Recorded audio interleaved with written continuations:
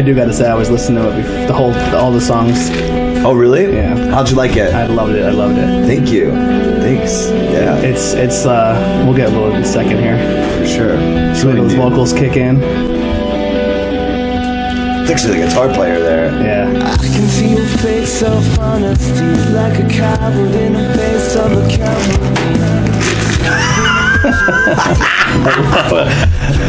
Oh my God, he got it. You deserve it at this point. Yeah, you earned it. Come here, bud. Come here. And we're live. Hello. Oh my God, you started a trend. Yeah, well, he's the trendsetter for sure. Come here. Oh my gosh. Oh there boy, we go. that was a terrible idea. There you go, Chloe. All right, so we're doing a podcast. This is the interview with Randy here. Hello. So Say hello, kitty. So there's gonna be a little bit of stuff going on. I have cats Where's cats everywhere? So Randy, kittens are everywhere. Cats are not as adoptable as kittens. Yes. So we're doing an interview / SPCA / just let them go at this point. If they go in the living room, lady's locked up, so we'll be fine. Great. Yeah, actually, I feel bad now. We'll just slip the final gray and white one out. Yeah, Yeah. You're a slacker back there. Look at that one. That's like the underachieving kitten. I love it. She's so confused. You know, she reminds me of Dinah from Alice in Wonderland. Yeah. That's what she makes me think of. I like this one a lot. Come here, I'll help you down. Are you in the market for a kitten today? I don't think so. That one, I like that one. I put Lady near it and it hissed and took a bite at Lady. So not that was a deal breaker. Yeah, and I've never raised a cat, so I don't even know how to go about doing it. I think what you do is you just steal their genitals, like whatever makes them function, and then that way they don't piss on your shit. That's basically how that works. Okay. Otherwise they'll make you smell bad. Yeah. They're a little too young to have that happen. Yeah. Just yet, but and I don't think I can take on a vet bill right now. But they are cute. So if anyone's looking to get some cats in the School County area, you probably won't see this right away. But Randy will be here for a little bit. We'll probably try to get this up within a day or two. But yeah, so there's some kittens available. Maybe these kittens, they were actually born in the studio that we recorded that music that you first heard on. Yes. So Randy's here mostly talking about a little bit of his life and his music, and I mean, this guy's done it all. He's got stories for days. I'm gonna dive into a few things I know, but I'm sure he'll take it from there. So from the beginning, I met a really good group of people, very, very talented musicians, and it all stemmed from, it's probably over 5-6 years now. I went to a show with my cousin Brian Roach, who is a tattoo artist. Still is. He's getting back into it, but very. Is he getting back into it? I think so. Yeah, very good friends with Randy. Used to be for custom tattoo. Yeah, right? He used to do custom, and now he's kind of doing his own thing. With Angelo. Yeah. So he's doing good, but he brought me to a show in, I think it was like Leesport. It was like in the middle of nowhere.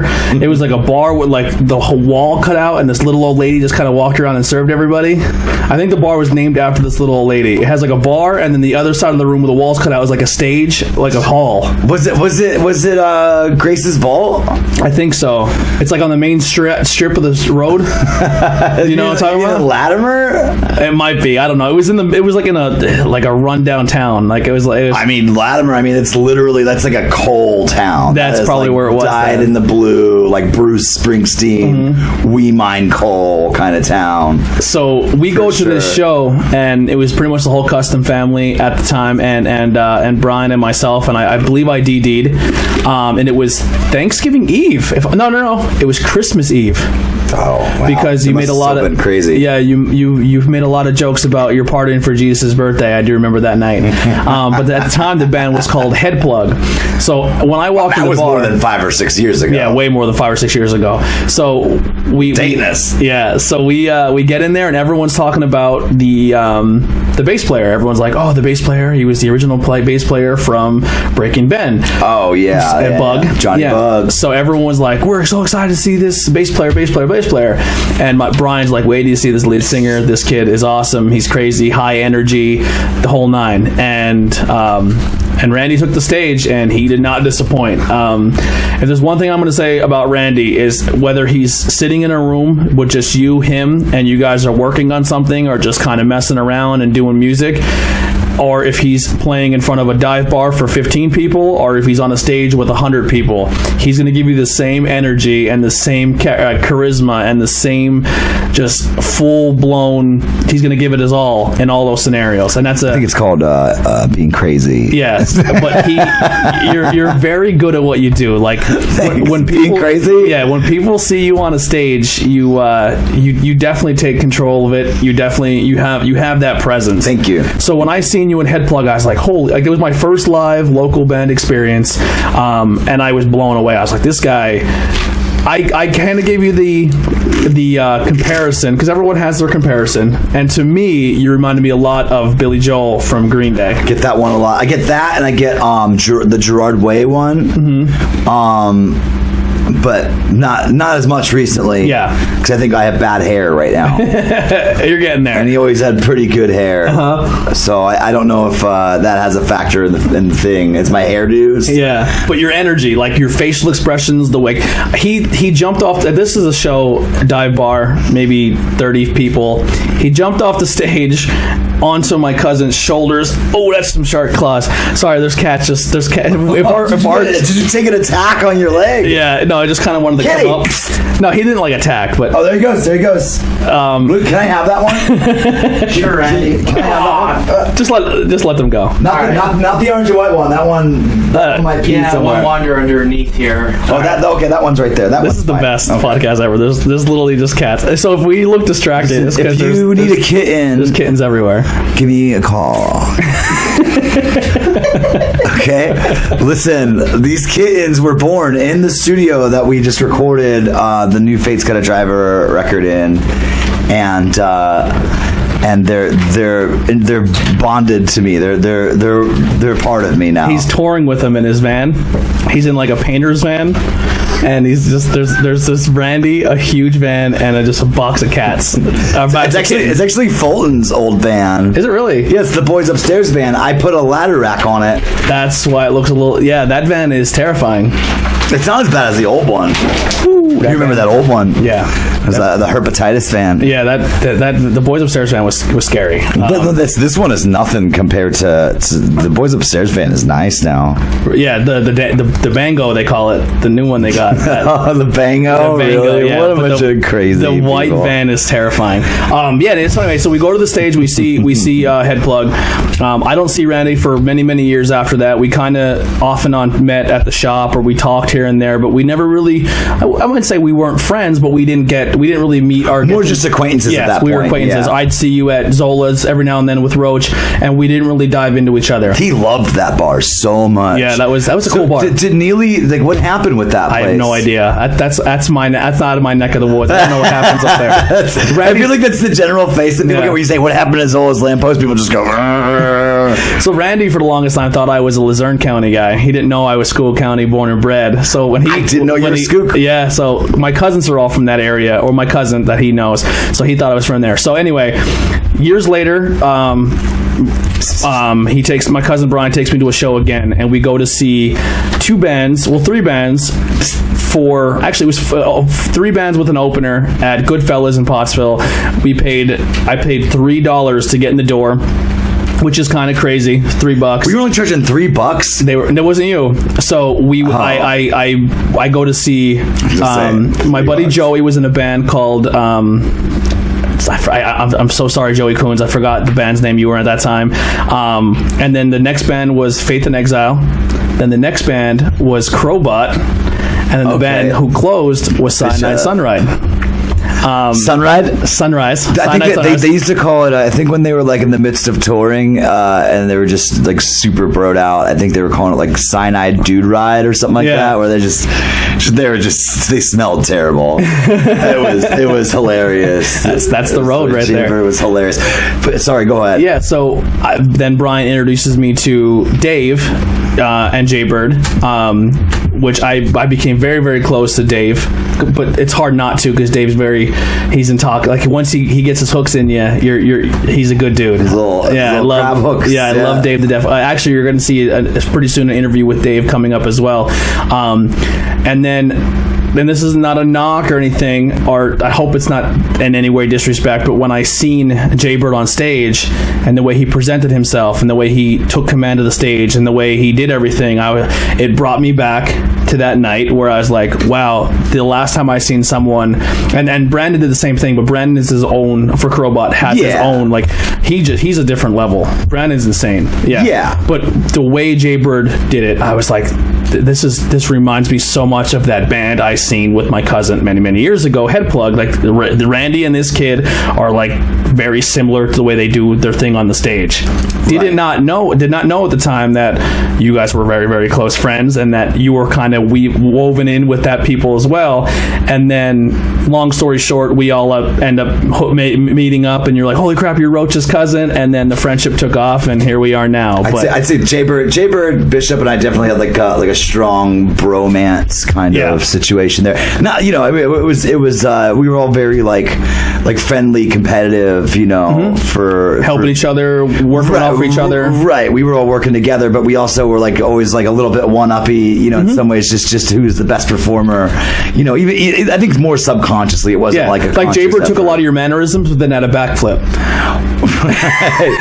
Well, we used to trade shoes. That's like we were just very envious creatures with each other. I mean, he was a lot of fun. He was a great dude. You know, I loved his offstage persona. I think was my favorite. He was just an well, if you don't know, we lost Jaybird around this time.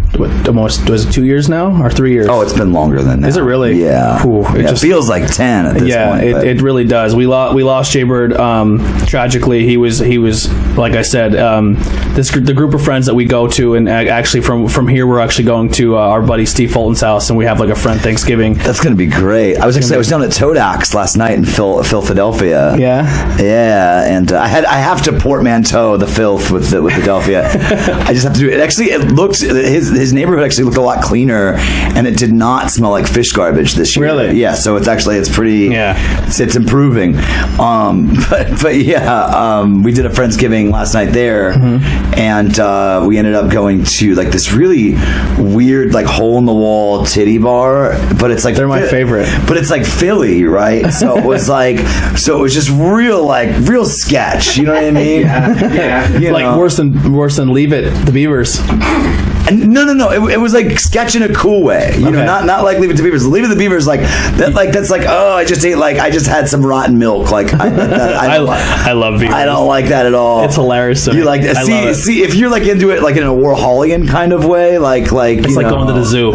You never know what to expect. You never leave Beavers without a story. Right. Yeah. That's I mean, if you go in there looking for that's what you're looking for. Yeah, 100%. See, I go and I like the aesthetic, you know, idea of a club where they have it's just the idea of the culture behind it. You go and you kind of feel like a badass. It kind of helps you like to supercharge your night, but then you realize it's just a bunch of drug dealers and and money grubbers. but it was fun. See, in Philly it was a little cooler because there was something culturally edgy about it that wasn't. I hate the word edgy. Kitties. They're gremlins. I swear to God, they are gremlins. So there's something. Just make sure none's broken. Just and come back. Point being, it was actually pretty. My faith in strip clubs has been like remotely restored. I'd love to go. We gotta do it one time. Because I was just very disenchanted by titty bars. Because I went. There's a place in Detroit. Oh, that's got to be amazing. Here's the thing. It's like right in Greektown, and it's like super convenient. It seems like it should be great, but it's just really disenchanting, this place. is, bazookies is what it's called. I just feel like, and this is someone who's never been to Detroit, so it's kind of just going by what you've always heard. You would really like Greektown. Really? Yeah. I just feel like strippers, like they're missing an eye or something, and like. I mean, that would be great if that was the case, but no, it's just like bad tit jobs and bad personalities. At least they have enough money to get boob jobs. We don't even have that around our area for the most part. Yeah, that's pretty true. Yeah. So getting a little back on track. This is probably gonna happen the whole time. I warned you coming in that this is probably gonna go long. We'll have our friends Thanksgiving after this, and we'll probably do some remembrance of him and Jay Bird and how he was awesome and everything that. But getting into it, so that's how I kind of met Randy. Randy, he knows everybody. I feel like, I think if there's a person on the planet, Randy probably knows him. He sound like Jan Luan right now. He is. He has a personality that, once again, is very contagious. You meet him, you want to dive in, you want to learn more. He's awesome. He's a really good friend of mine. I value the friendship. I love everything about this guy. But he has a lot going on. He's been doing music for a long time. Let's kind of dive into that a little bit. How did you get into the music scene, or how did you know that this is what I wanted to do? That's a funny question. People talk about, having like a natural talent and stuff like that, getting into it. I think there's just like there's a certain desperation for entertainers that they need that extra attention for some reason or another. There's a psychology, I think, behind it. So I don't know if it's something that I necessarily consciously was able to decide for myself in the first place. I think it's just something that subconsciously just kind of, it's a mechanism, but I think I was around 12 when I was like, what, this is clearly what I want. And it was just very clear to me that's what I wanted to do. Who were some of your musical influences at that time? You were like, you seen this person on stage and like, this is what I want to do. Chino Marino from the Deftones was that was like my teenage angst, childhood lifesaver. I really loved Korn, actually. I love Korn. I was a Korn kid, and I feel like there's more Korn kids coming forward, which is pretty fun. Rage Against the Machine. I used to actually have this old Silvertone amplifier, and I had no idea like what I had. I thought it was a piece of junk. It was, my mom found it in the attic. And it turns out, now it's like those are like highly valued, tube amplifiers. Yeah. But back then I had no idea, so I was just plugging into it with a low impedance microphone, and with a 1/4-inch connection or whatever, and it was hilarious because I'd be up until like 11 at night just rapping Zach De La Rocha lyrics to my mom. I mean, I thought I was just rapping to myself, but obviously I was, my mom was, and your neighbors and whoever was outside. Right. Well, we were fortunate enough. We had a pretty large house. We renovated that. It's like a family trade, I think, because I think we bought that property on a foreclosure auction or something, and then we just renovated the ass out of it. We're there in Hazleton, good old Hazleton, Pennsylvania, the heroin mecca of the Northeast. Yeah, it's bad. So all right, so you're about 12. You're into it. You're practicing. You're singing. You're remembering lyrics. You're getting into it. When you're in school, do you join the band? Do you join the choir? Are you in the plays? Did you take that outlet at all? I would do the plays a little bit when I would get forced into it, but I was always kind of obstinate about that kind of stuff, probably because of the Rage Against the Machine. And the Korn. I mean, I was a Korn kid, and they're like, you should sing "You Are My Sunshine." I'm like, Hold You Twist by Korn. I'm falling away from me. Boy. My old drummer used to do that. Josh Lee. Did you meet Josh Lee? I have. I meet so many people. It's hard to keep track of all names. You just randomly just go. You'd be like, go. Boy. Yeah, cool. It was good stuff. I think Josh. And if he's watching, I love you. But he obviously has an attention deficit of some sort. Yeah, Korn probably did to all of us. Which is hilarious. It makes it even better because it's always brilliant whenever he's bored. So how did you go about learning music, or did you pretty much know you were going to sing? Did you try to learn an instrument? Because I do know you dabble in some different things. How did you go that route? Did that come earlier, or was it much later when you start picking up instruments and learning how to do all that? I mean, I love when I get close. It's just really intimate sounding. It's like pillow talk. It gets sexy. Randy's getting sexy right now. Yeah. So sorry, I was just freaking myself out. So the piano was a pretty early instrument for me. I was always shit at it, but it was an early instrument for me, and the guitar as well. I never really quite had a lot of love for string instruments, quite like I love the piano. But once I realized that it helps, that they're co-efficient. Vocals and piano, voice and piano are very co-efficient instruments, and so I realized that was what I needed to do to kind of improve my pitch and my tonality. I started learning my scales and just doing theory and stuff. And actually, I was pretty proud of the fact I ended up becoming the scale Nazi at a music school for a little while. I was teaching scales to kids in Detroit. I got the job through Marcy. Hi, Marcy. Through Marcy Bolin. She used to do the Von Bondies was her band. Okay. And they did the theme song for the Dennis Leary's like firefighter show. Rescue Me. Yeah, that was their tune on there. Yeah, that was a good show. I really enjoyed that show. Oh, okay. So you followed that show? Yeah. So you're familiar with the song, then? Great. Yeah, 100%. Yeah. She's like this super hot ginger, and she just she plays guitar. She's got like that real like garage rock look, like that like apathetic, but she's got her shit together. She's real cool. That's awesome. Yeah. When did you dive into your first band? About what age? I think I dove into or got into your first band. I don't know why I said dove in. That's a weird. No, it's don't overthink it. I'm just teasing it. I think that I dove into Headplug. Headplug was your first band, for sure. I mean, I had like imaginary bands as a kid. You know what I mean, with my my best friend. Because didn't you have at one time? Didn't you do in McAdoo or Tresco or the McAdoo with the roller skating rink? Because you used to have like the battle of the bands and stuff. You didn't partake in that or anything in that area? We did a couple of the high school ones. I think we did like 2 of them, and I just never really liked the idea of like being pit against other musicians like in that way. I just thought that was it actually is like the antithesis of what the music industry is. There is an ugly aspect to it, and I'm not in the business but I help out and I do see it. There is definitely a much more enjoyable aspect of it when other bands say, let's go to this, we're not playing tonight, let's go support another band, or let's go support somebody. Supportive. I mean, that's because if you support each other, then it supports a cultural scene or a local scene or whatever you want to call it. I mean, it's only as good as the actual support base is the audience, you know.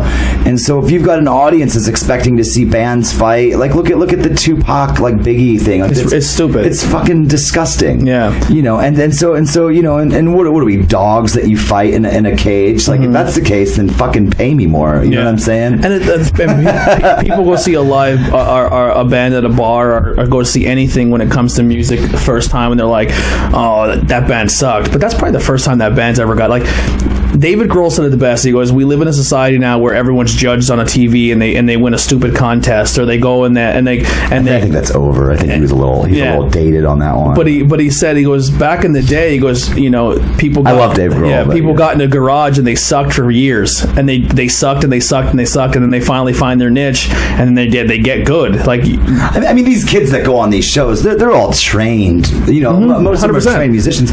So I mean, but starting out, people see that and expect I have to be at that level right away. But these kids, I mean, I don't think that people.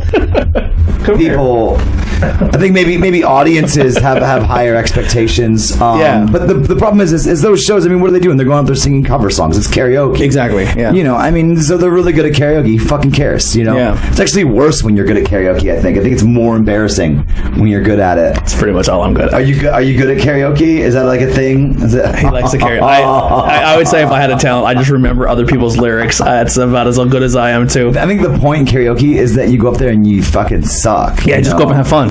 Yeah. You go and destroy, you deface songs. It's like vandalism. It's hilarious. Mm-hmm. I mean, but also, it's good when somebody's really good. Then get a band, put an act together. Why you half in the water there? Mm-hmm. But everybody's got different tastes and different likes. But personally, as far as that goes, I think there's still a lot of this area has a lot of great, a lot of talent, a lot of hidden talent. It really does. Like I said, and a lot of it, like I said, there was a point in time with Cyanide and now Crobot, like. They came from our little area, and they were doing like Cyanide was very, very close, and Crobot's doing it. You know what I mean? I think that they were talking to Victory a little bit. Yeah. But I think once they had that new producer from This or the Apocalypse, Ricky, he really knew what the fuck he was doing. That album they put out to this day, I can still listen from front to back. It's a great album. Yeah, I think the unreleased stuff was starting to sound like more international level. I think it was definitely ready to be a very competitive. And they're record. From our area. Like people think, because you live in School County, you can't do anything with yourself, or it just this little area, and it's not true. You just put your work in, you practice. Honestly, and I hate to quote it because I'm not like the biggest Godsmack fan in the world. I don't want to like associate that to myself, but the quote is great, and I think Sully's brilliant for this quote. He said, "It's easier to make a loud noise in a quiet place, than if you say go to Philadelphia or you go to New York City. There's lots of talent, lots of competition, and they're all kind of clawing at each other, like the Battle of the Bands idea. I know this sounds a little cathartic right now. It's sort of lame, but they basically, a lot of people are clawing at each other to get the few opportunities that they have. Granted, there's more opportunities, but there's even more people, more competition. Yeah. In places like this, we can help each other nurture the scene and grow. And I think that's really what's important. Like, when Crobot first came through, I had Max Mansipit come out, and he actually cut us a deal on producing the first 2 music videos for Crobot and Cyanide Sunrise. Now, Cyanide had done a video a long time ago in the church.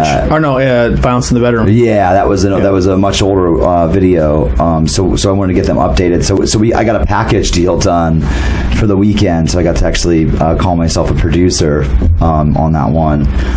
But fortunately, Crobot obviously was picked up shortly after that. So it's that kind of stuff where if we support each other and we do that kind of stuff, and just because you think of something and it sounds like it might be a little challenging, don't undermine the results that could come out of it, because obviously look at what's happened. Crobot's become an international success, and they're getting ready to drop another record again. So excited through Mascot Records. Yeah, that's going to be great. I think that they're in the right mind frame for it. I think it's going to be a really cool record, and their management from TKO, Melanie, is the best. In my opinion, she's one of the best in the business. I mean, she's fantastic at her job. I mean, she does above and beyond for her projects. I've been trying to talk her into doing Fate. Yeah. Oh fuck yeah. So now diving into that, Fate's got a driver.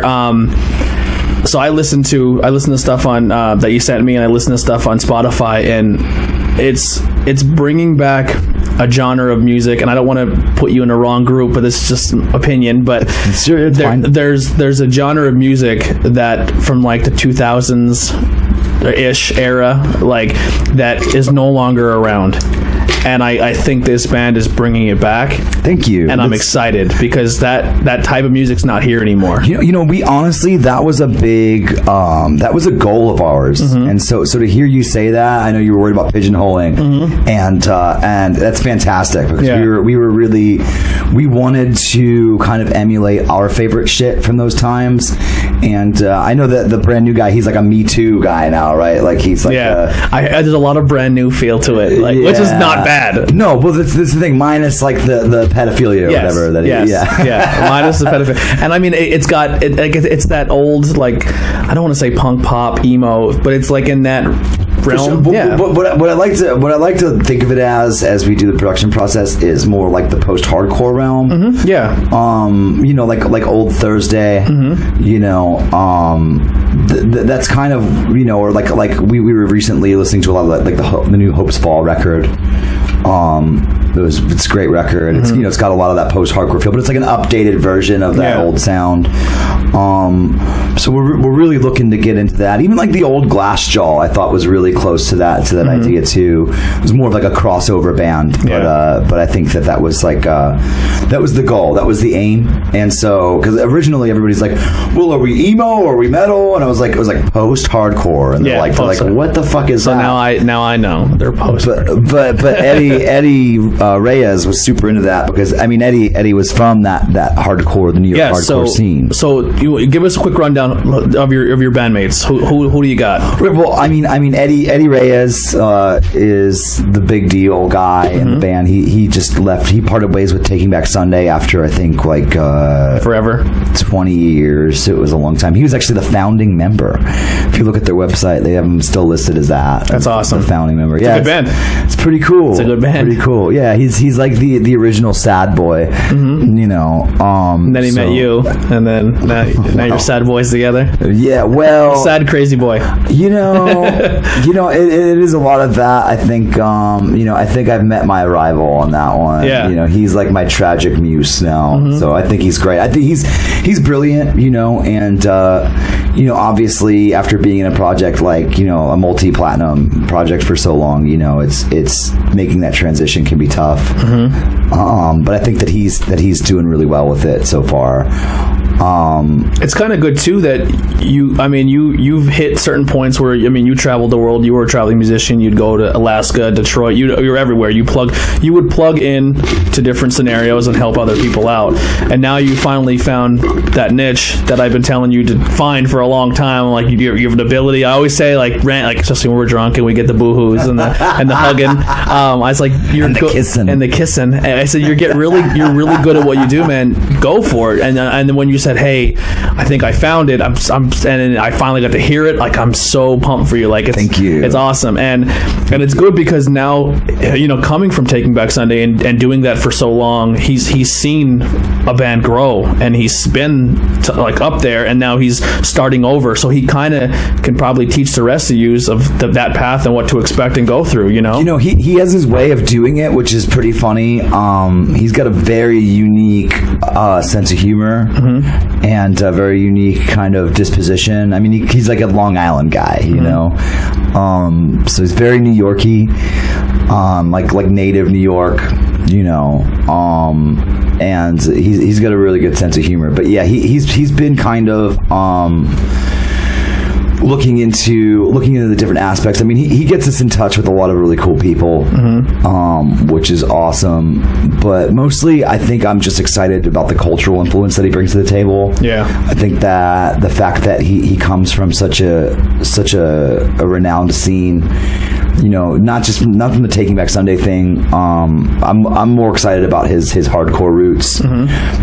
Personally, I think that brings a lot to the table, and I think that if we can take that and steer it into the post-hardcore kind of realm, like you and I were talking about, it sounds like we're doing all right with it so far. Yeah, 100%. Thanks. So hopefully we're going to keep that up, and people will keep listening. So how did this band come together? So Eddie, when Eddie split ways with Taking Back Sunday, Mike Drum, the co-lead vocalist and guitar player, he and Eddie are actually like cousin-in-law, brother-in-law. They're brothers-in-law, I think. And Mike and I had recorded and worked on projects together, and we actually did some stuff up at Put-in-Bay Island in Lake Erie. At Mr. Ed's, he used to be the engineer there, but we'd play shows together and stuff too. And he's booked my bands, and I've had him through this area as drummer versus emulator when he was working with Drake. Yeah, I remember that show. That was a good time. Thanks. Yeah, he replaced the So wait, Justin, the guy drumming from Drummer vs. Emulator is... So no, the guy from Drummer vs. Emulator, the drummer, the original one was John... From John Wilkes from Red Jumpsuit Apparatus. There you go. Yeah. Is it John Wilkes Booth? Yeah, it was He has John the Wilkes same Booth. name as the guy that killed Lincoln, right? Wilkes Booth was yes. So Yes. it was just John Wilkes. We'll just say John Wilkes Booth. It sounds cooler. So yeah, but I think I called him John Wilkes Booth because he was an asshole. It might have been that too. Yeah, no, because he came and nobody liked him anywhere. I didn't see the show with him. I seen it with the other. Fantastic drummer, but I think that maybe he was having like a rough time. Like he was adjusting. Because Red Jumpsuit was at one point, they were doing very well, and then I think they're still doing their thing. I mean, I don't know if they're making the money they were making then, but I'm sure that they're still out there. it's tough for rock music now. I mean, the whole everything now is hip hop, rap, and pop. I mean, music in general is just tough. I mean, if you think that rock bands have it tough, look at these up and coming pop artists. These guys aren't getting paid shit. But I mean, the Billboard charts, you could definitely see they're leaning towards that pop. I hate doing the whole "woe is me" like rock and roll thing. You know, it's like, you know, I know that's like a big thing for like the rock and roll aficionados. You know, like Dave Grohl and all that shit. Like, you know, people don't like rock, but I don't like to cry victim about that shit. It's tough. I think that if we had a more competitive approach, and I think that if we were more aggressive, if we had more aggressive artists or projects, it would be a better genre. You know, and it just comes down to who's leading the way. Yeah. You know, and you've got some pretty awesome innovators in Just double check that to make sure it's in the pop and hip hop cultures. I mean, still to this day, hip hop is building the model for self promotion. Yeah. You know, I mean, these guys are doing without even record labels. They come out of SoundCloud. Macklemore, you know, that guy. I've seen him live. He's amazing. I don't even fucking like his songs. I you know, here's the thing. I like the thrift store song. Oh, of course, that's great. That's what we used to do. We would go to the thrift store, find an outfit, and go out and go to a show. Thing. I like to dress up like Doug Stanhope, like Leisure Suit Larry. You leave smelling like mothballs and old man. Absolutely. I've grown accustomed to the scent. Anyway, it's just a matter of who's innovating the market. I think, you know, and that's really where it happens. Also, you know, culture is cyclical. You know, so I mean, you notice we went through that whole '80s revival thing recently. Now everybody's trying to be fucking Kurt Cobain. You know, like you got, you know, Post Malone's out there covering Nirvana songs and shit. He covers everything. That guy's insane. I like Post Malone. Yeah, a lot of people do. Yeah, but that's what I'm saying. So culturally, things are pretty cyclical in that way. So I think we're coming up to, you know, we're probably going to see another vintage revival soon where people are starting to dress with fucking bell bottoms again. It's always happening. You know, it changes out. Yeah, I don't like to cry for rock and roll. I mean, rock and roll's been doing just fine, I think. You definitely have to look for it.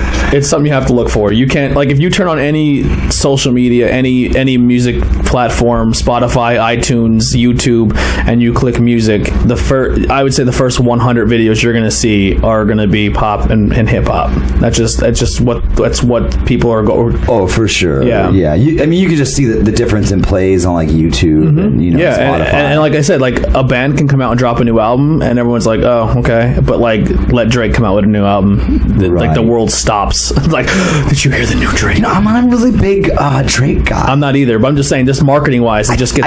I think I liked that one song.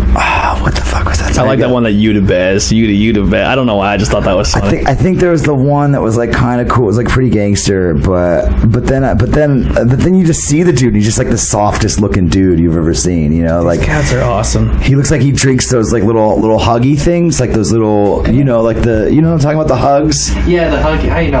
The little barrel thing. Like, I feel like he has one of those with lunch every day.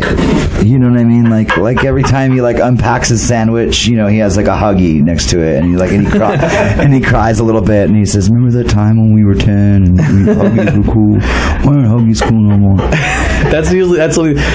They say it's like crying in the shower music. That's Drake. Dude, that dude is crying more than us emo kids. I promise you that. He's emo rap. Dude, he is totally. Listen, emo rap is actually a thing now, and girls eat it up. Like, when people hear Drake cry, they're like, "I could fix you, but like, I love Drake. I just want to hug him. I want to hold you. Yeah, and your money. I love you, Drake." No, I think that I finally turned on my opinions of Drake, like, fully I'm very open-minded to all music. I can listen to anything. Country's still tough to me, but I can listen to anything. It makes me laugh. So I think that I turned on Drake. Did you ever see that Die Antwoord animation they did? No. Did you guys ever hear of D Antwoord? It's called D Antwoord. Antwoord, yeah. D Antwoord. I don't try and say it like I'm from Africa, because I'm not from Africa. I'm a northeastern coal person. Yeah. So I'm just like, you know what? It's Die Antwoord. It's what it's spelled like, and that's fine. I'm okay with that. Just double check real quick. Is the Christmas tree still standing up? I just realized kittens and Christmas trees. Oh, that was that noise. No, definitely not. I don't know what. The headphones. Headphones. That was the noise. I love how this podcast has just been like, we're just doing it. I don't know. Like all the other interviews so far, they were very formal and very serious topics, and like there was stuff going on, and this is kind of just like we're just talking. I like it. That's funny. Anyway, yeah, there's kittens running around. This is fun. This is exactly what I thought it was going to be with us. So the band gets together. You guys got the thing going on. Have you done any live shows or anything yet? I know you did like a few shows. No, so we scheduled a tour, but then we had to cancel due to inclement weather conditions. Hurricanes. Right. So we had to cancel that. That was a more extensive line of dates, and I think that was scheduled around like some kind of like emo night idea for trying to fill you in. It was just trying to pigeonhole you. Yeah, I mean, it was just real. Like, it was real. Like, here it is. Like, come get your emo. And I wasn't sure if I was super into it. And plus, I mean, to be honest, I don't like the idea of hinging everything on one member. Even though he is a really significant player, nobody was really comfortable with that. And I don't think Eddie was comfortable with that. Nobody was really comfortable with that. Yeah, you're coming in as a group, like and like I said, like the guitar. The cool thing about this band too, listening to the tracks, is it's not like turn up Eddie, like turn him up, and then it's nice. Like when like another, like when someone leaves a band, they join another band, they're like, this guy's gonna be in it, like, and they feature that person. I'm sure we're gonna have a lot of that kind of stuff. I mean, I'm all about holding out like a golden fucking goose if it's gonna sell records. You know what I mean? But look it. But no, I thought we made jokes. If he dies, we'll actually prop him up on a stick and just like roll him out on stage. Yeah, like a Weekend at Bernie's kind of 100%. Thing. Put some shades on him and look real nice. But no, the songs flow very nice. They sound really nice. I really enjoyed it. Then you have another project kind of going on with Bishop. Oh yeah, and Todak's actually involved in that now too. Really? Yeah. We got Nick Todak on that. So that is. How did this come about? Because I can't even describe how to pigeonhole this one, because to me it's just entertainment. I mean, it's funny. Bishop and I have always worked well together when it came to joking around and just working on music in general. Now granted, we have our projects. I mean, obviously he's very committed to Crobot. Yeah, it's just kind of like when you get together, you do something. It's like our musical mistress. And it's good. Thanks. It's good. Did you get to listen to the whole record yet? I have not listened to the whole record. I just heard, I think, 2 or 3. Yeah, 3 or 4. Yeah, I heard that one. No, I called you a swine. Oh, yeah. I sent you the EPK. Yeah, I didn't get to listen to everything. I've been so much everything going on, but I'm just the Fuck Myself to Death. That one is my personal favorite still. Yes. I think it's because that song was about Marcy's dream. Yeah. Did I ever tell you the story? No. About that? So we were drinking a lot at this time. Shocker. I think we had just gotten back from playing that house show in Alaska, the house gig that I was doing. So I took Marcy up there, and tripod. And and everybody loved her. She's a fucking rock star. And we came back, and we were still kind of like winding down from our like month-long bender. And she wakes me up out of a dead ass sleep. I'm like sleeping in like a pile of clothes and dirty laundry. And she wakes me up and she goes, "Randy, wake up! I had a dream." And I go, "What's up? What's up?" I'm like half eyes open, and she goes, "I had a dream. I met my clone." And I was like, "Oh, really?" And she's like, "Yeah." And then I fucked it. And I was like, "Oh, really?" And she said, "Yeah, but then it died." And he made a song about it. And I was like, so what you're telling me is that you fucked yourself to death? And she said, yeah, I guess so. And then we went back to sleep. But I remembered it really well for some reason. The music video is awesome to it. Thank you. That's Mike Danger, man. I was just about to say. So I met Mike before. I actually had talked to him a little bit. He's doing some emerging Pottsville talent right there. He is. He's same thing with the camaraderie and working and helping each other. The camaraderie. He videotaped. He was busy that day, so he videotaped and shot some stuff with the boys upstairs, and then he was going to help Terry, and then he was going to, like, it's Black Friday, there was bands everywhere. Yeah, who do you think commissioned him? Yeah, but no, I know I sound boastful. That was a little bit of hubris there. He's doing, like, his editing is good. He's good. He's you know, he had something for his project and his band. He just text you? No. This is it's a cute girl. Oh, it's a cute girl. It's a cute girl text. Cute. So anyway, he was in a band. The band was good. I liked it. His band, I guess, are no longer together. I don't know the whole story. And he just kind of found another niche and he's rolling with it. And he's good. He's really good at what he does. With Danger. Yeah. Yeah. I don't know if music is really like his primary calling. I think that he's always kind of reserved himself for the video and video editing. Yeah. And I think he's got a great niche there. I don't know.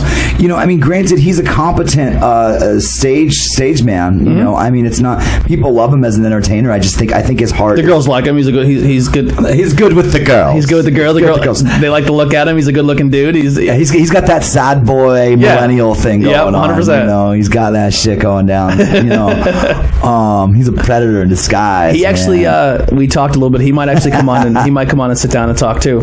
Oh, today? Not today, but sometime down the road. Yeah, you should totally have him on. He's really interesting, dude. He's real fun. Yeah, and then he did the video. Is that one called Sloth? Okay, no, Slob. Yeah, Slob. Same idea, but the actual. You know what? Bishop and I bought that house in Tremont.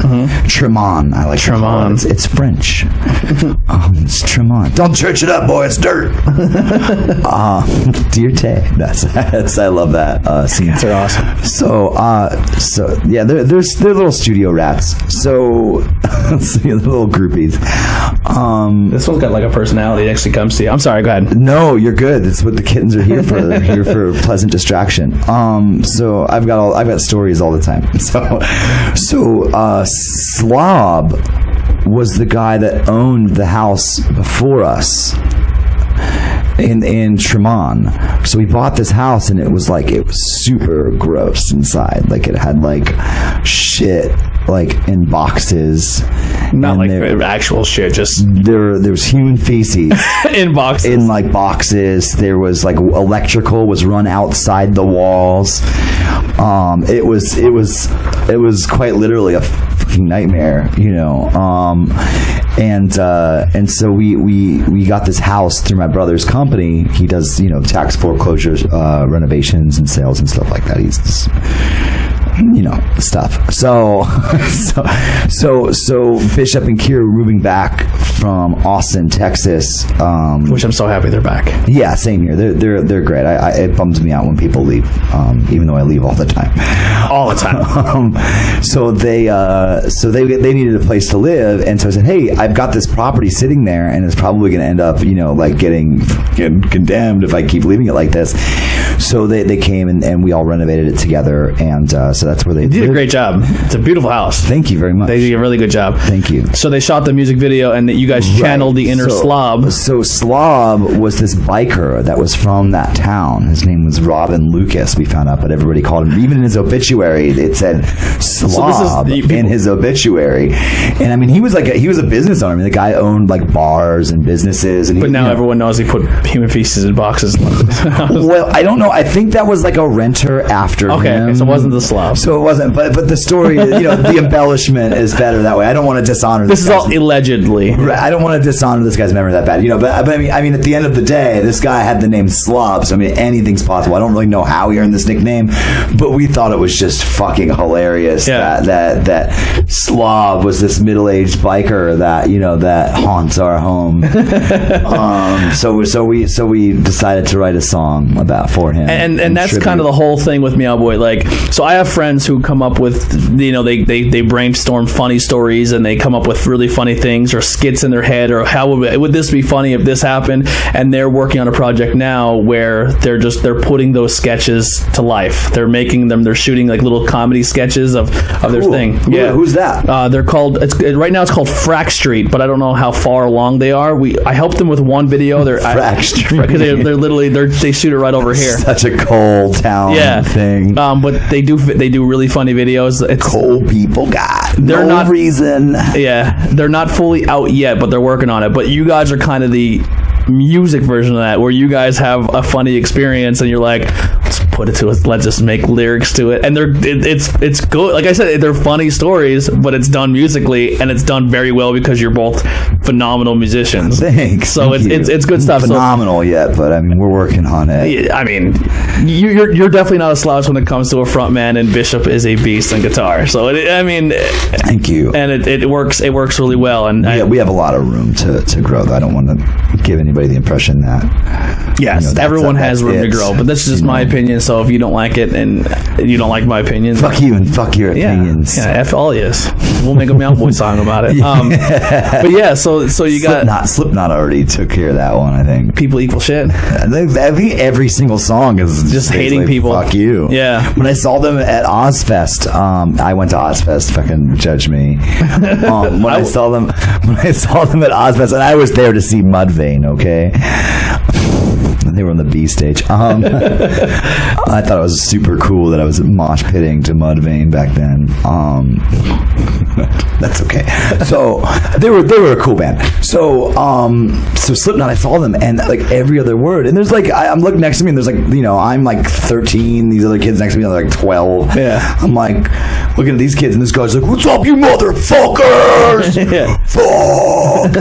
And he's just like throwing his water bottles at girls, and he's just, you know, there's something about it. I was like, this is how they do it in Iowa, huh? Yeah. This is pretty they actually, fun story about them, they went on Howard Stern, and they were no longer required. They never came back because I think the guitarist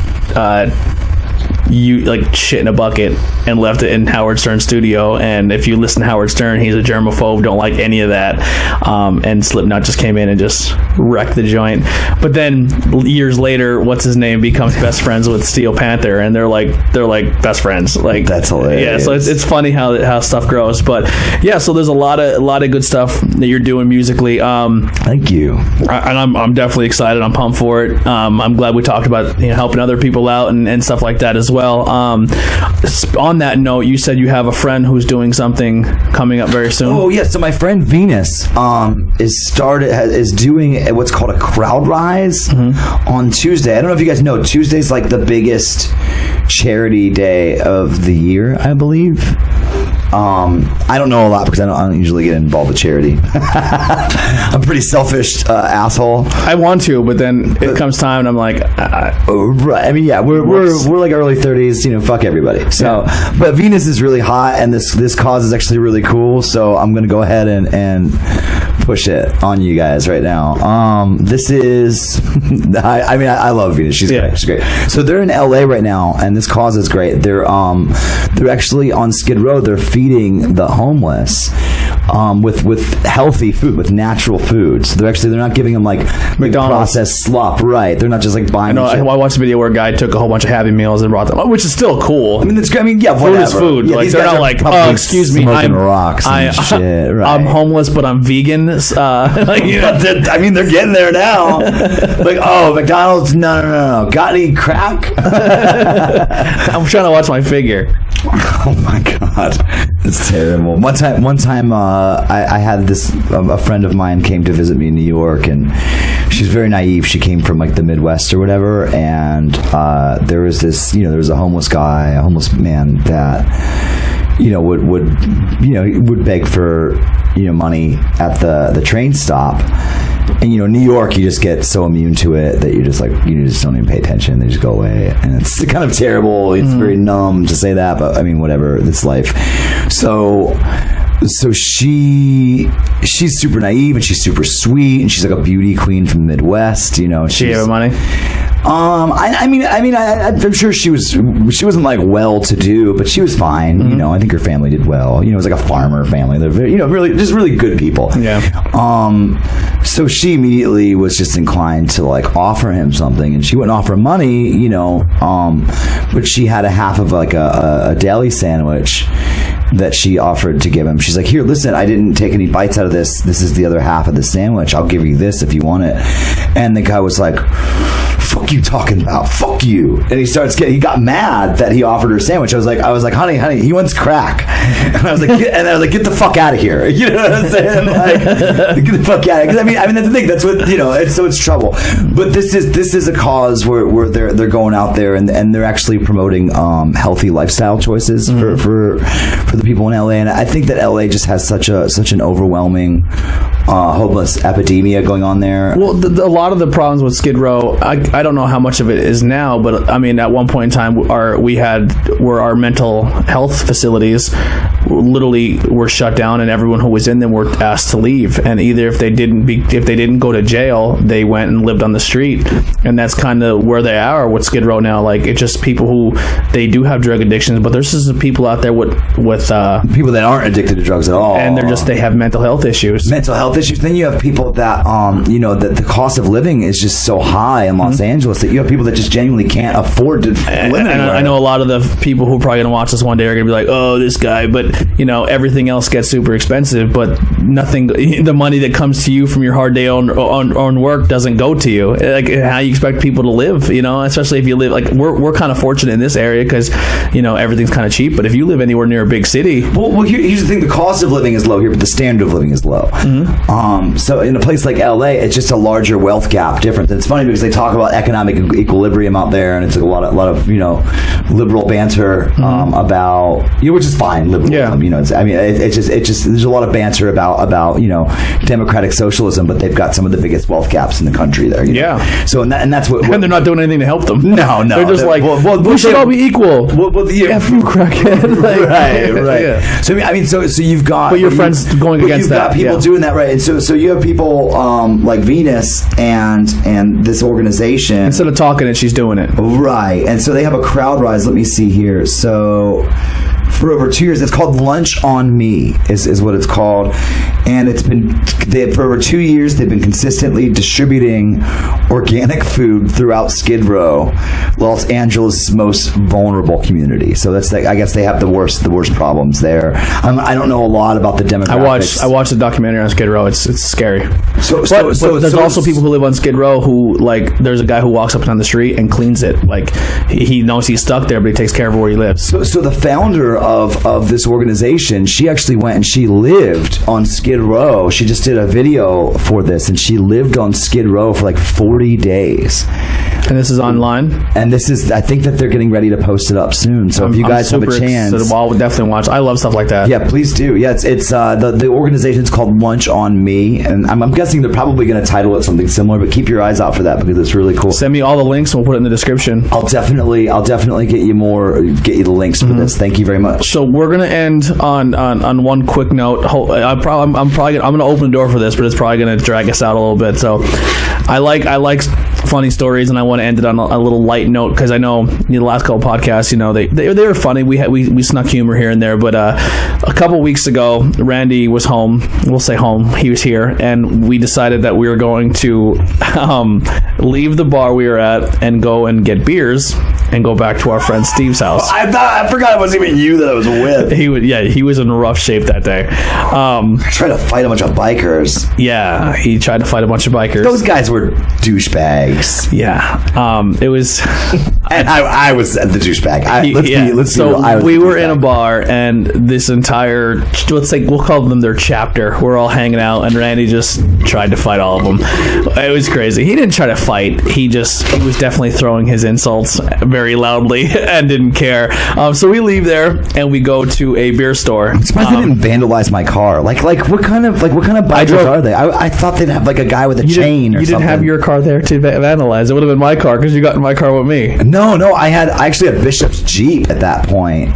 Not at the bar. No, it was parked in the parking lot. I didn't drive it. Oh. I couldn't drive anything. Oh, yeah, you were rough. But anyway, so we leave there and we're like, let's go and get more beers and go back to Steve's house. So we walk into this grocery store beer place. It was Piccadilly. Piccadilly. It's like the gambling. If you're not from the scoop, that's it's your one-stop shop. That you can get groceries, you can get beer, you probably get drugs outside, and you can also gamble. Is that where you get drugs in Pottsville? Probably. I mean, so we we walk in and drugs and we see before we even walk in, there's a huge sign for natural ice beer, and you can get 8 cans. Like the tall boys. It wasn't Natty Ice. It was some fucking. It was Beast, I think, or something. No, it was Natural Ice. Was it Natural Ice? Beast would have been an improvement. No. It was Natural Ice, and they were 8 40-ounce cans for $8. So Randy goes, let's just get a bunch. So I'm carrying 8 beers. Randy's carrying 8 beers. I start putting them on the counter, and this little old lady is watching me do it.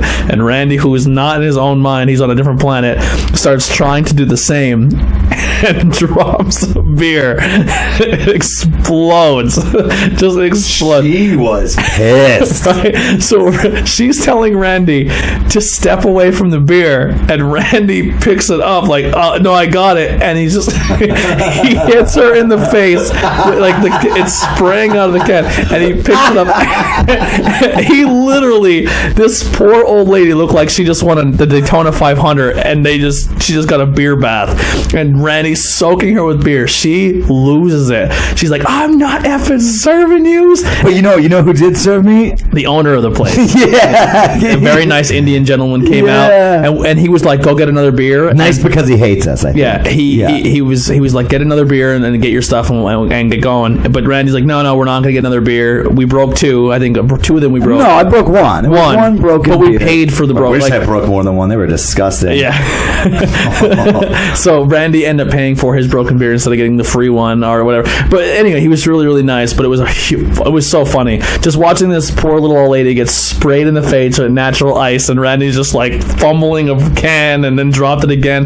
It literally soaked the entire store. What an insult to the little old lady. I actually kind of feel bad because she's like, she tried to draw the line in the sand, right? Like, that's enough. I'm not serving you. This is outrageous. And then her boss is like, get back in the go get the mop, Karen. I'll serve them. Yeah. He's like, don't ever turn down a customer. You know? And it's like, oh, that guy was like the Terminator of like capitalism. And he was and we were really he was very nice to us. We apologized. I mean, we didn't maliciously go in there and spike a beer can on the floor. We were just 2 idiots trying to buy beer.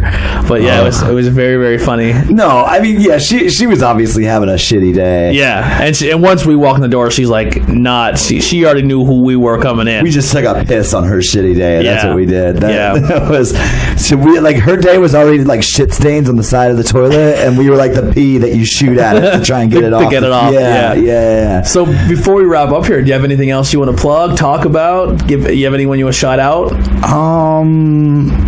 I want to give a shout out to my TRL. Oh my god. Cue up this song. No, yeah. So if you guys have a chance, and we're in your town with Fate's Got a Driver, we're gonna be going on tour soon. Mm-hmm. So if you want to check us out, come see my band. That's good right there. And we have that record out now. That's been released on all the major platforms. So please buy our shit. Yeah. And like I said, this is my third interview. I really appreciate you coming in and help me get my thing up and going here. I'm trying. I want to see this thing get crazy. If you ever need a hand, I'd love to help you get guests. Anything I can do. That's pretty much the thing. I'm trying to get to the point now where I think if more people see, and I think I'm getting a steady stream of what's going on, and people are giving me good feedback. And I worked a lot. I worked hard to get there, and I'm trying to bring good people involved and do other stuff. So we have the wrestling show, we have the mixed martial arts show. We're doing the pop culture channel, the show debut of the pop culture show this Thursday, which is going to be cool. But I think if more people start seeing the interviews and see that they're not just have to be about something traumatic, and just be funny, something going on. Your local business, you have something going on, you want to come plug anything. You're more than welcome to come in in and sit down and talk. I'm sure you get more discerning as time goes on. Yeah, and it's just and hopefully in the summer we have other cool stuff where we can just bring it to you and stuff like that. But it's fun. Like I mean, just from personal experience, I needed a hobby. I needed something to do with myself, and this is what I'm trying to do now. So I look forward to it. Thank you once again, buddy. I love you so much. Thanks for having me. Thank you. I love you too. We'll see you guys soon. Check in the descriptions for everything we talked about. We'll have the Meow-Boy face guy driver. The hopefully we get it out before the thing comes out. But we're gonna close out here with a little of the song. And thank you guys so much. And thanks for tuning in. I love you.